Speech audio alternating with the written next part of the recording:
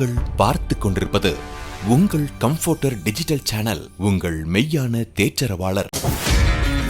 Subscribe to Jesus Redeems YouTube channel and click the notification bell. Watch Jesus Redeems programs in Tamil, Hindi and Kannada languages in Comforter Digital TV. Listen to our 24/7 Comforter radio broadcast and subscribe to Evangel OTT and watch hundreds of Christian short films and videos and be blessed. Download Comforter TV and radio app today. Make use of Jesus Redeems programs available on various social media platforms. Spread the revival fire.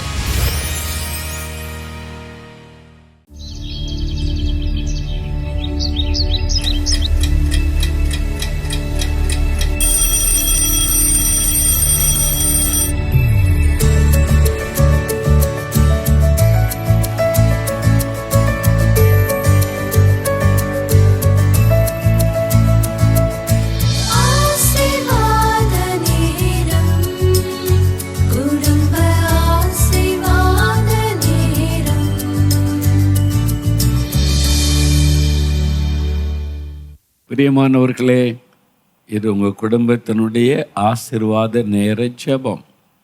உங்கள் கூட சேர்ந்து குடும்பமாய் ஜெபிக்க நாங்கள் இயேசு விடுவிக்கிறார் குடும்பத்தில் இருக்கிற பிள்ளைகள்லாம் வந்திருக்கிறாங்க. பார்த்திங்களா, ரொம்ப கலராக அழகாக ட்ரெஸ் போட்டு வந்திருக்கிறாங்க. குட்டி பிள்ளைகள் உங்கள் கூட சேர்ந்து பாட்டு பாடி துதிக்க வந்திருக்கிறாங்க. அப்போ நீங்களாம் ஆயத்தமாக இருக்கிறீங்களா? வீட்டில் எல்லோரும் வந்துட்டாங்களா பாருங்கள். இல்லைன்னா பெரியவங்களெல்லாம் கூப்பிடுங்க, வாங்க வாங்க குடும்ப ஜெபம், எல்லோரும் சேர்ந்து ஜெபிக்கலான்னு கூப்பிடுங்க. மியூசிக் இன்ஸ்ட்ருமெண்ட் வாங்கி வச்சுருக்கீங்களா? கிட்டாரு, பேங்குஸு அல்லது டேம்பரின், ஏதாவது ஒரு கீபோர்டு நீங்கள் கற்றுக்கொள்ளணும். பிள்ளைகள் வெறும் பாடம் படிப்புன்னு 24 புக்கே தூக்கிட்டு இருக்கக்கூடாது, படிக்கணும். அதுக்கு ஒரு நேரம். அது மாதிரி மியூசிக் பழகணும், உங்களை தாளந்துகளை பெருக்கிக் கொள்ளணும், ஆண்டவரை துதித்து பாட, அது மாதிரிலாம் நீங்கள் செய்யணும். சரி, இப்போ சேர்ந்து முதலாவது பாட்டு பாட போகிறோம். இவங்கெல்லாம் பாடுறதுக்கு ரெடியாக வந்திருக்காங்க. உங்கள் கூட சேர்ந்து பாட எல்லோரும் கறந்துட்டு சேர்ந்து பாடணும். சரியா? என்ன பாட்டு பாடலாம்? என்ன பாட்டு பாட போகிறீங்க? கர்த்தரையே துதிப்பேன் காலமெல்லாம் துதிப்பேன். எல்லாரும் சேர்ந்து ஆண்டவரை துதிக்கலாமா? ஓகே, பாடுவோம்.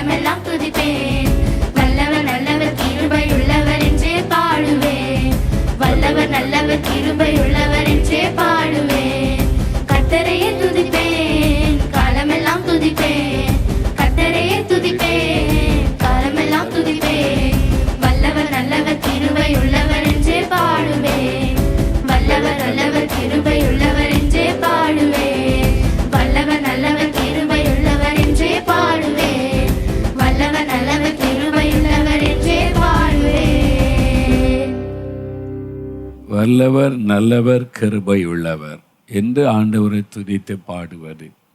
நல்லா இருக்கிற பாட்டு எல்லாம் சேர்ந்து பாடினீங்களா? இன்னொரு பாட்டு பாடலாமா? ஏன்னா இவங்களை அதிகமாக பிடிக்க முடியாது, ரொம்ப பிஸியானவங்க, அவங்களும் படிக்கிறாங்கல்ல. சரி, இப்போது இன்னொரு பாட்டு பாடலான்னு சொல்லலாம். என்ன பாட்டு பாடலாம்? என்ன ஆனந்தம் பாட்டு. என்ன ஆனந்தம். ரொம்ப ஆனந்தமாக இருக்காங்களே, சந்தோஷமாக. அதனால் எல்லாம் சேர்ந்து ஆனந்தமாக சந்தோஷமாக பாடலாம்.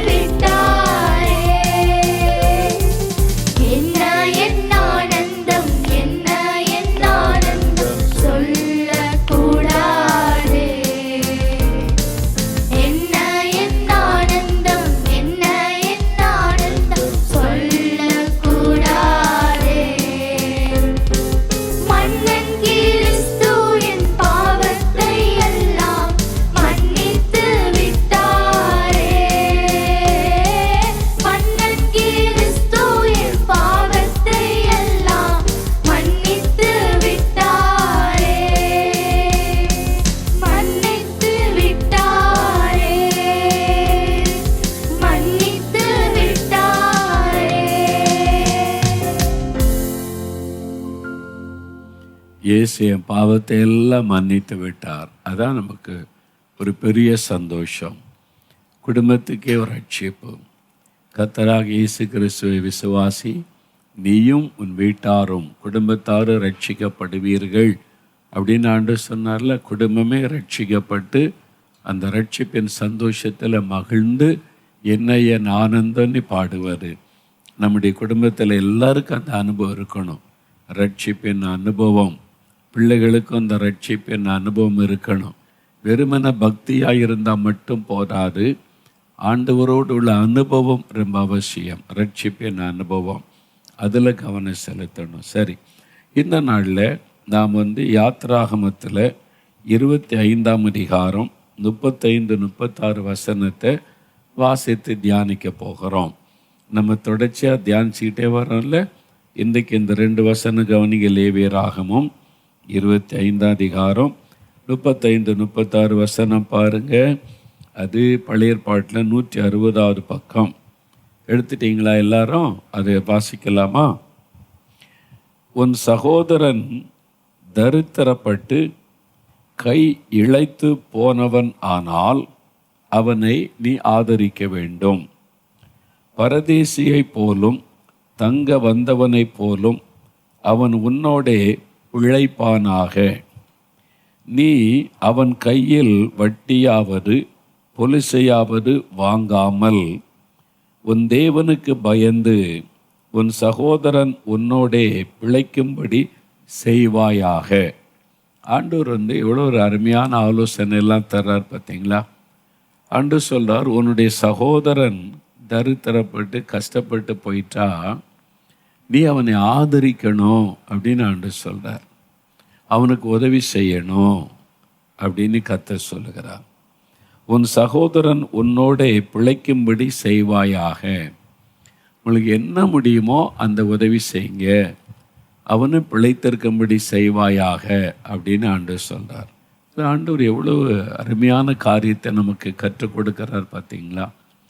இப்போ நம்ம நல்லா இருக்கோம், வசதியாக இருக்கோம், வேலை இருக்குது, வருமானம் இருக்குது, நல்லா இருக்கிறோம். சகோதரன் பாதிக்கப்பட்டுட்டான், பண கஷ்டம், ரொம்ப வறுமை, தரித்திரம், என்ன பண்ணுன்னு தெரியல. நீ பார்த்துட்டு அது அவன் பாவம், அது அவனுடைய சாபம் அப்படின்னு நினைக்காதபடி உதவி செய்யுங்க என்று ஆண்டவர் சொல்கிறார். நாம் என்ன செய்கிறோம்? அப்படிலாம் செய்ய முடியாது அப்படின்னு சொல்லி ஒதுங்கி போகிறோம்ல. அந்த ஆண்டவர் என்ன சொல்கிறாரு? உன் சகோதரன் தரித்திரப்பட்டு போனால் நீ உதவி செய். இது ரொம்ப கவனிக்க வேண்டிய ஒரு விஷயம். உங்கள் கூட பிறந்த, உங்களோடு பிறந்த சகோதரன் மாத்திரம் அல்ல, உங்களுடைய சபையில் இருக்கிறாங்க, உடன் விசுவாசியாக இருக்கிறாங்க, அவர்களும் உங்களுடைய சகோதரன். அவங்க எந்த சபையில் இருந்தாலும் ரட்சிக்கப்பட்ட தேவனுடைய பிள்ளைகள். அவங்க இயேசுவின் பிள்ளைகளாக இருக்கிறதுனால நம்முடைய சகோதரன், நம்முடைய சகோதரி. கிறிஸ்துவுக்குள் வந்துட்டால் நாம் ஒரே குடும்பம், சகோதர சகோதரிகள்.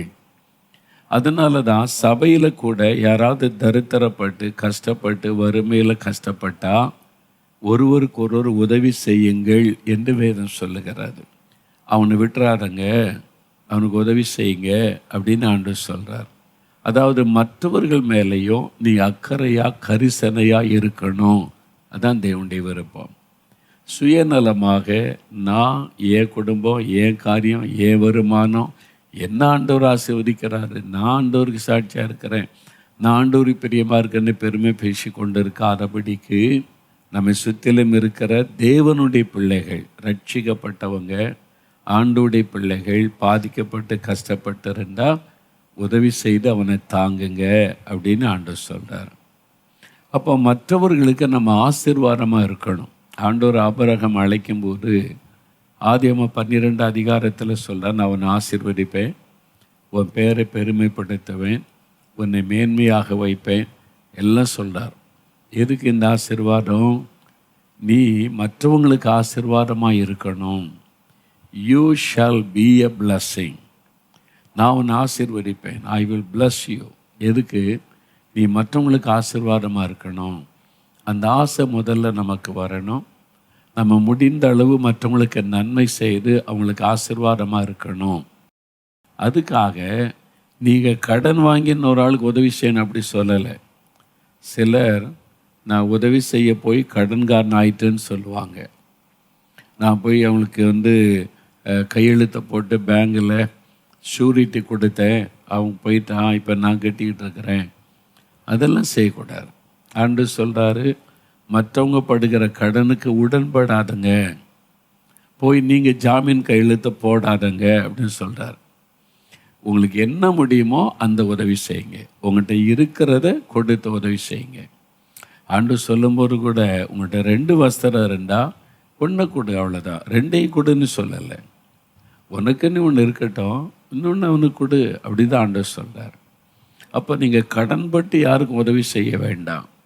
நீங்கள் கடனுக்குள்ளே சிக்கி இன்னொருத்தருக்கு உதவி செய்கிறது அப்படி கர்த்தர் சொல்லலை. உங்கள்கிட்ட இருக்கிறத பகிர்ந்து கொடுத்து உதவி செய்யுங்க. என்ன முடியுமோ அந்த உதவி செய்யுங்க. அந்த சமயத்தில் தகுதியானவர்களுக்கு உதவி செய்யணும். அப்புறம் அவங்க உங்களுடைய பலவீனத்தை புரிந்து கொண்டு உங்களை ஏமாற்றி சுரண்டிக்கிட்டே இருந்தால் அதுக்கு இடம் கொடுக்கக்கூடாது. நமக்கு தான் உதவி செய்ய ஒரு ஆள் இருக்கேன்னு சொல்லிட்டு அவங்க சோம்பேறியாக சும்மா சுற்றிக்கிட்டு அலைவாங்க. நீங்கள் கஷ்டப்பட்டு உழைச்சி சம்பாதிப்பீங்க, அவங்க வேலைக்கும் போக மாட்டாங்க, சோம்பேறியாக உட்காந்து சாப்பிட்டுக்கிட்டு இருக்கலாம்னு நினைப்பாங்க. அந்த மாதிரி காரியத்துக்கு இடம் கொடுத்துடக்கூடாது. அதுலேயும் கவனமாக இருக்கணும். அப்போ தகுதியானவர்களுக்கு நம்ம உதவி செய்யணும். அது ஆண்டவருடைய காரியம். அது மாத்திரம் இல்லை, நம்ம இதில் குறித்த ஆண்டவர் புதிய ஏற்பாட்டில் வரும்போதும் யாக்கோபு 2:15-16 பாருங்கள். யாக்கோபு 2:15-16 பாருங்கள். அது புதிய ஏற்பாட்டில் 314 பக்கம். ஒரு சகோதரனாவது சகோதரியாவது வஸ்திரம் இல்லாமலும் அனுதின ஆகாரம் இல்லாமலும் இருக்கும்போது, சாப்பிட ஒன்றுமே வழி இல்லாமல் இருக்கும்போது, உங்களில் ஒருவன் அவர்களை நோக்கி, நீங்கள் சமாதானத்தோടെ போங்கள், குளிர் காய்ந்து பசியாருங்கள் என்று சொல்லியும் சரீரத்திற்கு வேண்டியவைகளை அவர்களுக்கு கொடாவிட்டால் பிரயோஜனம் என்ன? கஷ்டத்தில் ஒரு தருத்தரம், சாப்பிட அடுத்த நேரம் சாப்பாட்டுக்கு வழி இல்லை, பசியோட பட்டினியோடு வர்றாங்க, அழுக்கான வஸ்திரம் ட்ரெஸ் எடுக்க வழி இல்லை.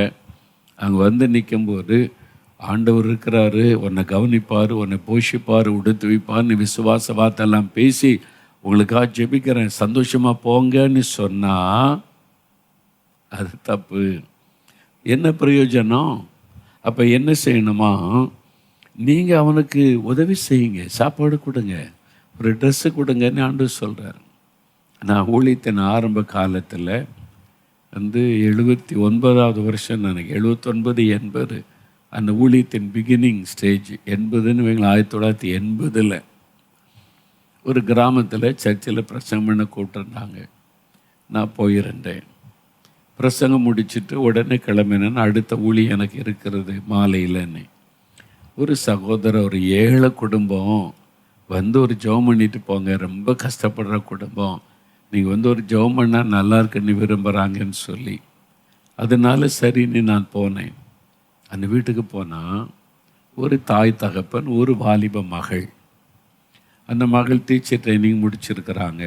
ஒரு வயசான தாய், தகப்பருக்கு 2 கண்ணும் தெரியல. அது மாதிரி அந்த 3 பேர் தான் அந்த குடும்பத்தில். நான் கொண்டு போய் அந்த வீட்டுக்குள்ளே நிற்கிறேன், பேசுகிறேன்.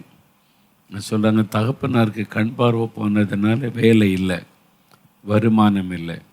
மகளை எப்படியோ கஷ்டப்பட்டு டீச்சர் ட்ரைனிங் படிக்க வச்சுட்டாங்க, வேலை கிடைக்கல, இவ்வளோ முயற்சி பண்ணாங்க, வேலை இல்லை.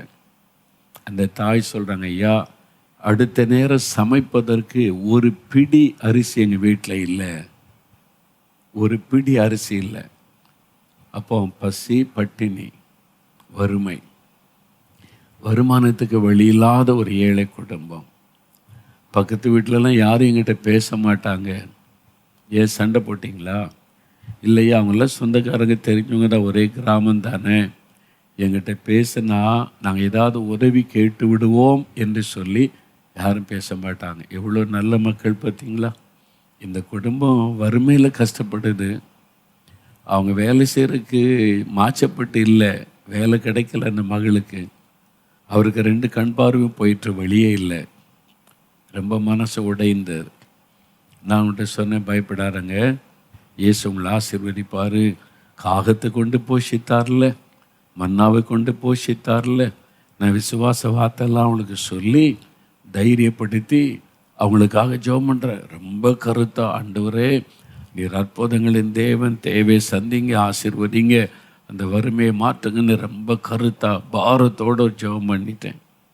ஜெபம் பண்ணி முடிச்சுட்டு நான் கிளம்புறான்னு சொல்கிறாரு, இந்த மக்களுக்கு அடுத்த நேரம் சாப்பிட ஒரு பிடி அரிசி இல்லைன்றாங்க, நீ ரொம்ப அழகாக ஜெபம் பண்ணிட்டு போகிறேன்ற, உன் ஜெபத்தில் ஏதாவது அர்த்தம் இருக்குதா?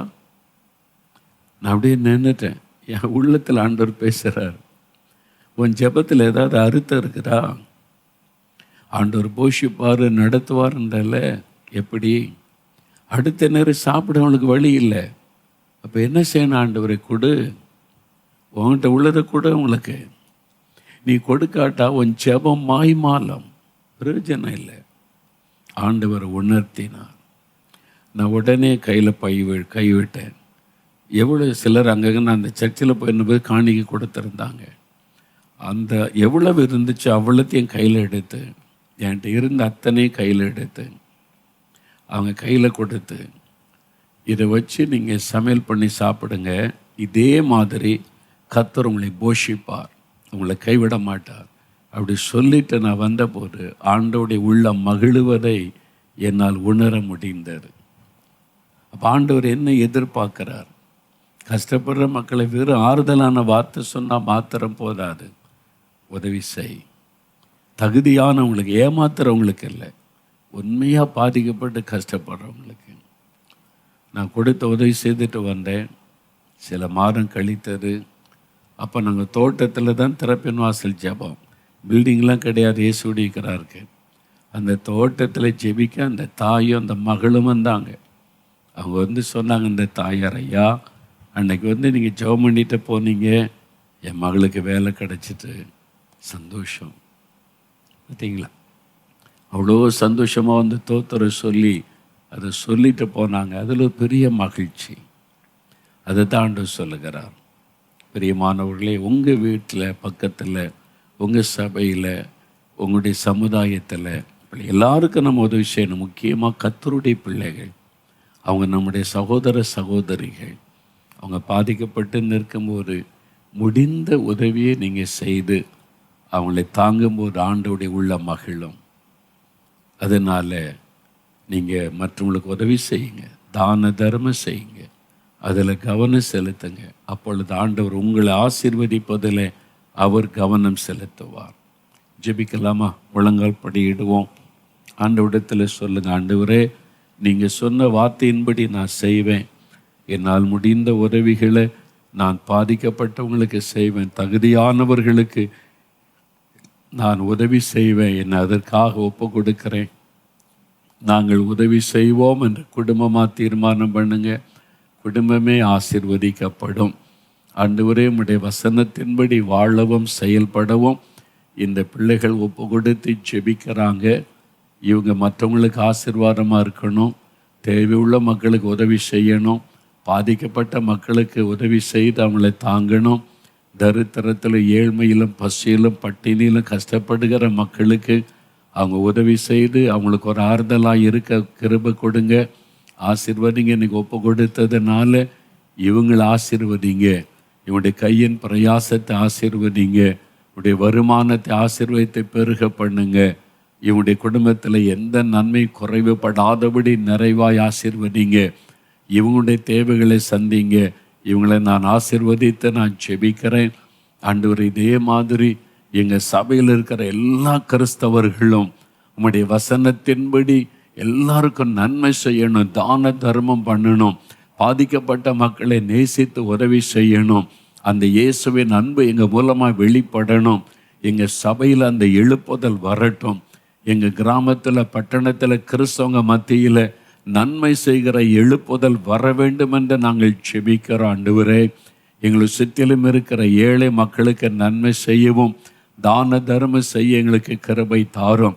விதவைகள், திக்கற்ற பிள்ளைகளுக்கு உதவி செய்து நாங்கள் உம்முடைய நாமத்தை மகிமைப்படுத்த கிருபை தாரும். எல்லா கிறிஸ்தவர்களுக்குள்ளும் இந்த எழுப்புதல் வரணும் என்று நாங்கள் ஜெபிக்கிறோம். எங்கள் குடும்பத்தில் இந்த எழுப்புதல் உண்டாயிருக்கட்டும். ஆண்டவர் அப்படி செய்கிறதற்காய் நன்றி. எங்கள் தேசம் ஆசீர்வதிக்கப்பட, எங்களுடைய தேசத்தை ஆளுகிறவர்கள் உம்மை நேசிக்கவும் ரட்சிக்கப்படவும் கர்த்தருக்கு பயந்து ஆளுகை செய்ய கிருபை தாரும். அவர்கள் மீது நீர் ஆளுகை செய்யும். எங்களுடைய முதலமைச்சருக்கு சுகத்தையும் பலனையும் அருளி ஆசீர்வதியும். அவள் செய்கிற நற்கிரியைகள் எல்லாம் வாய்க்கட்டும், அதை வாய்க்க பண்ணி ஆசீர்வதியும். இப்பொழுதும் தகப்பனே, எல்லாரும் ரட்சிக்கப்படவும் சத்தியத்தை அறிகிற அறிவை அடையவும் ஆண்டவருக்கு சாட்சியாய் வாழுகிற வாழ்க்கை வாழ கிருபை தர ஜெபிக்கிறோம். நீர் அப்படி ஆசீர்வதித்ததற்காய் நன்றி. எங்கள் குடும்ப தேவைகள் காரியங்களை எழுதி உம்முடைய சமூகத்தில் வச்சிருக்கிறோம். இந்த காரியத்தில் அற்புதம் செய்யுங்க, இந்த காரியத்தை வாய்க்க பண்ணுங்க, சுகம் கொடுங்க, விடுதலை கொடுங்க, ஆசீர்வதிங்க. எங்கள் குடும்பம் உமக்கு சாட்சியாக இருக்கும்படி ஆசீர்வதியும். நீர் ஆசீர்வதித்து விட்டதற்காய் ஸ்தோத்திரம். இயேசு கிறிஸ்துவின் நாமத்தில் ஜெபிக்கிறோம் பிதாவே. ஆமேன், ஆமேன். என் ஆத்துமாவே கர்த்தரை சோஸ்தரி, என் முழு உள்ளமே அவருடைய பரிசுத்தமுள்ள நாமத்தை சோஸ்தரி. என் ஆத்துமாவே கர்த்தரை சோஸ்தரி, அவர் செய்த சகல உபகாரங்களையும் மறவாதே. ஆமேன், ஆமேன். எங்கள் குடும்பம், எங்கள் குடும்பம், எங்கள் குடும்பம், இயேசுவின் குடும்பம், மகிழ்ச்சியான குடும்பம், ஆசீர்வாதமான குடும்பம். This program is sponsored by Brother John William and family, Tirupur. Happy birthday, Master Vin Joel. ஆதியாகமம் 12:2 படி, நான் உன்னை ஆசீர்வதித்து உன் பெயரை பெருமைப்படுத்துவேன் என்று கர்த்தர் சொல்லுகிறார். Brother Daniel Raj and family, Salem. Happy wedding anniversary, Mr. Daniel Raj and Mrs. Javaselvi. யாத்திராகமம் 34:24 படி, உங்கள் எல்லைகளை கர்த்தர் விஸ்தாரமாக்குவாராக. Sister Sweta Aditya and family, Chennai. Happy wedding anniversary, Mr. Vibu and Mrs. Sweta. எபிரேயர் 6:14 படி, கர்த்தர் உங்களை ஆசீர்வதிக்கவே ஆசீர்வதித்து பெருகவே பெருக பண்ணுவாராக. Brother Samraj and family, Chennai. யோசுவா 1:5 படி, கர்த்தர் மோசேயோடு இருந்தது போல உங்களோடும் இருப்பாராக. Brother Kanagaraj Samuel and family, Devagiri. உபாகமம் 31:8 படி, கர்த்தர் தாமே உங்களுக்கு முன்பாக போகிறவர், அவர் உங்களோடே இருப்பாராக.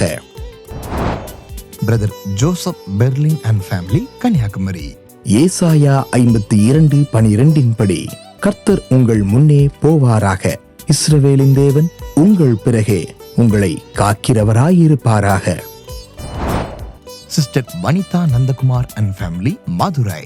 1 சாமுவேல் 12:16 படி, கர்த்தர் உங்கள் கண்களுக்கு முன்பாக செய்யும் பெரிய காரியத்தை நின்று பாருங்கள். Brother Timothy and family, Chennai. மீகா 2:13 படி, தடைகளை நீக்கி போடுகிறவர் உங்களுக்கு முன்பாக நடந்து போவாராக. Brother Prince Edward and family, Coimbatore. Zephaniah 3:20 படி, கர்த்தர் உங்களை கீர்த்தியும் புகழ்ச்சியுமாக வைப்பாராக.